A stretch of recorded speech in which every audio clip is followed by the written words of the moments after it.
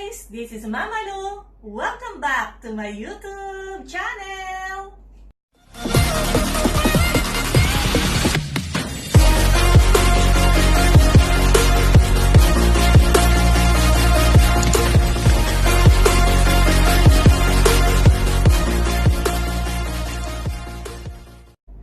Today we're going to talk about systems of linear equations in two variables. Pero ano nga ba itong system of linear equation? A system of linear equation in two variables refers to two or more linear equations involving two unknowns, for which values are sought, which are common solutions to the equations involved. So here is an example of a system of linear equation. So let's say we have x minus y equals negative 1 and 2x plus y equals 4. So this is a system of linear equation which involves x and y. So the solution of this system is the point 1, 2. Bakit sinabing yan ang solution ng system na yan? Kasi, if we will substitute this point to each of these equations, it will make both equations true. Okay, so let us substitute the point 1, 2 to our first equation. So, x minus y equals negative 1. Our x is 1. So, 1 minus y is 2 equals negative 1. Is it equal to negative 1? What is 1 minus 2? 1 minus 2 is negative 1. So, negative 1 equals negative 1. So, that is true for the first equation. Okay, how about the second equation? So, we have 2x plus y equals 4. Now, substituting our x, 2 times 1, and y is 2. 2. Is it equal to 4? Let us see. 2 times 1 is 2 plus 2 equals 4. So, 4 equals 4. So, both equations are true when this point is being substituted to x and y. So, this is the solution of the system. Okay, let's have another system. So, number 2. So, we have 2u minus v equals 1. 2u plus v equals 5. So, this time, this system involves u and v. Hindi lang laging x, y. It can be u, v, r, s, any letters, no, from the alphabet. So, or any variable. Okay? So, let us check whether the point negative 1, negative 3 is a solution of the system. Let us see if this is a solution of this system. Okay, so we have 2u. So, 2u minus v equals 1. Our u is negative 1. That's the first number. So, it should be substituted for u. Okay, so 2 times negative 1 minus negative 3 is our second number. So, v is negative 3. Okay, let us see if it is equal to 1. 2 times negative 1 is negative 2 minus negative 3. So, that is plus 3. So, is that equal to 1? Negative 2 plus 3 is 1. So, 1 is equal to 1. So, that is true for the first equation. Okay. Tingnan natin if it is also true for the second equation. So, we have 2u plus v equals 5. So, 2 times negative 1 plus negative 3, is it equal to 5? So, 2 times negative 1 is negative 2 plus negative 3. Is it equal to 5? No, it's not equal to 5. Negative 2 plus negative 3 is negative 5. Negative 5 is not equal to 5. Therefore, this is not true for the second equation. So, this is not a solution of the system. Kailangan true siya for both of them, for the first and the second equation. Okay, so ngayon, pag-usapan naman natin kung papaano kuhanin ang solution ng isang system of linear equation. Okay, so for example, let's have 3x minus y equals 3 and 2x plus y equals 2. Okay, we are going to find the solution of this system. Okay, pero bago natin kuhanin yung solution yan, ipakita ko muna sa inyo ang itsura nitong system na ito kapag ito ay i-graph natin. Okay? So, yung first equation, 3x minus y equals 3. Diba, dun sa last video ko, tinuruan ko kayo kung paano mag-graph ng linear equations. Okay. So, ngayon, gamitin natin yung slope-intercept form to graph this equation. Ano ba yung slope-intercept form? Hindi ba yan yung y equals mx plus b? Okay? So, this is m, our slope, and this is our y-intercept. Okay? Gamitin natin yung slope-intercept form. So, we are going to transform this equation to slope-intercept form. So, y, so we have here negative y is equal to, let's transpose negative 3x to the other side. Let's transpose that to the other side. So, that is negative 3x plus 3. Now, y needs to be positive. So, if we multiply the whole equation by negative 1, so negative 1 times negative y, it will become positive y. Equals negative 1 times negative 3x, that is positive 3x. Negative 1 times 3, that is negative 3. So, our slope here is 3. And our y-intercept is negative 3. So, paano i-graph yon using the slope and the y-intercept? Diba, we have to begin with the y-intercept, which is negative 3. So, asan yung negative 3? So, we have 1, negative 2, negative 3. Okay? And then the slope is 3. So, that is 3 over 1.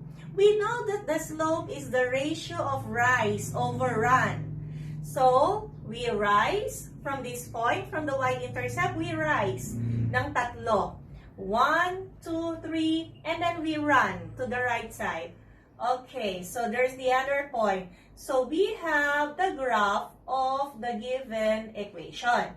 So, that is the graph. Okay? So, halimbawa, diretso yan na walang magsasabing hindi diretso yung line. So, that's a straight line. Okay? Ayan. Next, let us graph the other equation. Okay? So, we have 2x plus y equals 2. So, let's convert this to slope-intercept. We have y is equal to negative 2x plus 2. Okay? So, our slope is negative 2, and our y-intercept is 2. So, we begin with our y-intercept, which is 2.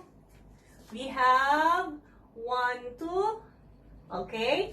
And then the slope is negative 2, so that's negative 2 over 1.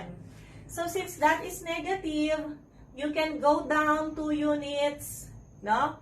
You can go down 2 units and then 1 unit to the right. So, from this point, 1, 2, okay, and then 1 point to the right. So, here is the other point. Ayun. So, that's the graph of the second equation. That's the graph of 2x plus y equals 2. And this is the graph of 3x minus y equals 3. Now, By looking at the graph of this system, no? By looking at the graph of these two equations, you will see that the lines intersect at a point. And the point of intersection is 1, 0. Okay? That is 1, 0. That's the coordinate of the point of intersection. So 1, 0 is the solution of the system. Okay? Now, if we consider this as our line 1 and this is our line 2. So this must be our m sub 1 or the slope of line 1 and b sub 1. The slope of line 1 the y-intercept of line 1. And this is the slope of line 2 and this is the y-intercept of line 2. Okay? So our solution is 1, 0. Now, as I mentioned earlier, the solution, okay, the two equations must be true for the solution. So, check natin kung tama nga yung nakuha natin na 1, 0 as our solution.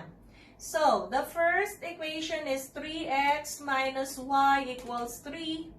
3 times 1 minus 0. Is that equal to 3? 3 times 1 is 3, minus 0 is 3. Okay, 3 is equal to 3. That's true for the first equation. How about for the second? So, 2x plus y equals 2. 2 times 1 plus y is 0. Is that equal to 2? Yes, 2 is equal to 2. So, this is really the solution of the system. Okay? So, if you go back to the slope, let's look at the slope of the two lines. The slope of the first line is 3, and the slope of the second line is negative 2. So, are they equal? Are the slopes equal? Okay, the slopes are not equal. So, we can say that m sub 1 is not equal to m sub 2. Okay? Now, what about the b, the y-intercept? B sub 1 is negative 3. B sub 2 is 2. So, are they equal? No, not again. So, B sub 1 is not equal also to B sub 2. So, for this line, for this intersecting line, the slopes are not equal. The y-intercepts are also not equal.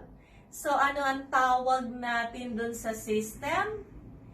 So, we call this system as consistent and independent. Remember the system. No? If the slopes are not equal, the y-intercepts are not equal, the lines are intersecting. No? They are intersecting at a point. Okay? And we call the system as consistent and independent. CI. Okay, let's have another example. Okay, example 2. Y equals 2x minus 4 and 3y equals 6x minus 12. Okay, we have this system of linear equation. Oh, wow. The two equations are already stated in slope-intercept form. Okay, let's have the first one. Y equals 2x minus 4. Our slope is, the slope of the first line is 2. And the y-intercept is negative 4. Okay? So, m sub 1 is 2 and b sub 1 is negative 4. For the first, no? For the first equation. So, b is negative 4. 1, 2, 3, 4. Okay, that's negative 4. Then the slope is 2. So, that's 2 over 1. So, 1, 2. Okay. So, that is the point. So, this is the line. Okay. So, that is the graph of y equals 2x minus 4. Okay, for the second equation, we have 3y equals 6x minus 12. So, y comes along with 3, so we have to divide by 3, no? So, 3y divided by 3 is y. Then, 6x over 3 is 2x minus 12 over 3 is 4. Oh, wow! Okay, so for the second line, our m sub 2 is 2, then b sub 2 is negative 4. Okay, so b sub 2 is negative 4. Okay, same, no, negative 4. Then m sub 2 is 2. So 1, 2. Okay, so it is here also. Okay, the lines are coinciding. Okay, so that's also the graph of 3y equals 6x minus 12. So the lines are coinciding. So if you're asking me, ano ang solution dyan? What is the solution? I can say that there are many solutions. All these points, no, along this line are solution of the system because the lines are coinciding. Okay, all the points here are solution. Okay, so let's look at the slope. The slope are the same. So m sub 1 is equal to m sub 2. And the y-intercept b sub 1 is equal to b sub 2. And there are infinitely many solutions. So, pwede nating sabihin that 2, 0 is a solution. One example is the point 2, 0. It's because it's here, no, along this line. We can also say 1, negative 2. 1, negative 2 is a solution. Let's verify nga. 2, 0. So, 0, 2 times 2 is 4. 4 minus 4 is 0. 3 times 0 is 0. 6 times 2 is 12. 12 minus 12 is 0. So, that's a solution. So, you can find infinitely many solutions because the lines are coinciding. No? Unlike the first example, there's only one solution because the lines intersected at one point only. So, there's only one. But this time, it has infinitely many solutions. Okay? So, if we're asked what kind of system is this, so this is, the first one is consistent independent. This one is consistent and dependent. We call the system as consistent and dependent system. Okay, so let's have our third example. So we have x plus 2y equals 3 and 2x plus 4y equals 16. Okay, let's try to graph this system and let's try to find out the solution. Okay, so x plus 2y equals 3 and 2x plus 4y equals 16. Okay, so let's graph the first equation. Transforming this to slope-intercept, so 2y equals negative x plus 3. So divided by 2, divided by 2. So y is equal to negative x over 2 plus 3 over 2. Okay? The slope of line 1 is negative 1/2 and the y-intercept of line 1 is 3/2 or 1.5. Okay, let's start graphing. So 1.5. So it goes here, no? Between 1 and 2 because that's 1.5. Okay? Now, the slope is negative 1/2. So we will go down or we will go down or we will go up left, then down right. So either way, no? We can go up because it's negative. We can go down right or we can go up left. Okay? So 1.5 here. Then the slope is negative 1/2. So if we go up, okay, let's go up 1 unit. Okay, so it's here between 2 and 3. And then, since we go up, we can go down. We can go to the left.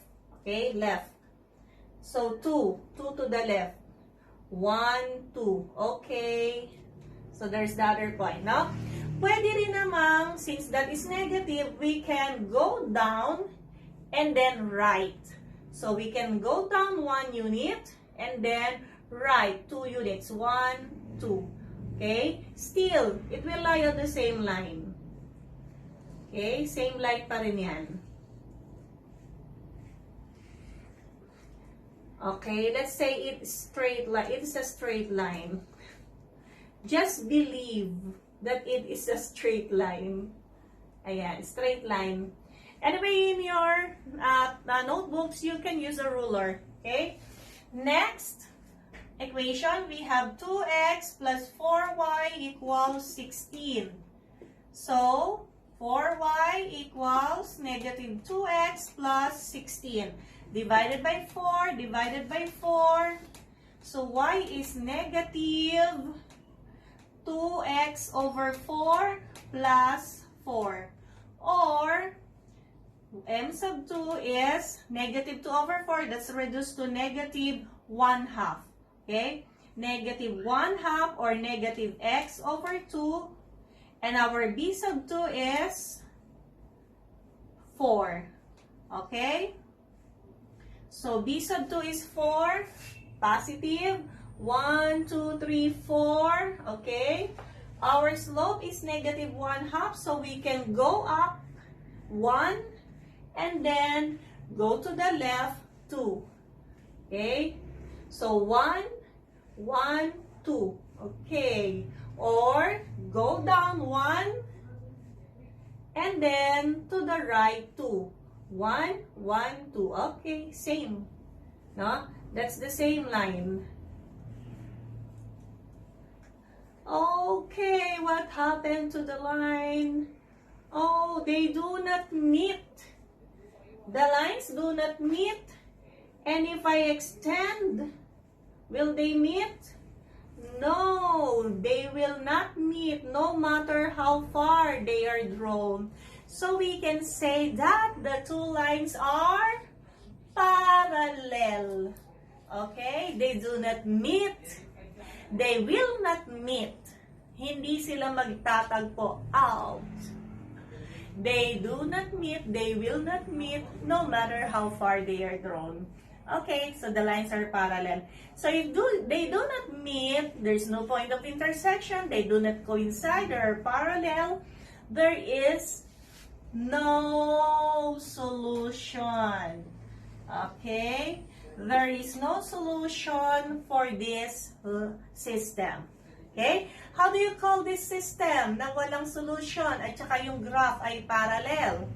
So we call this system inconsistent system.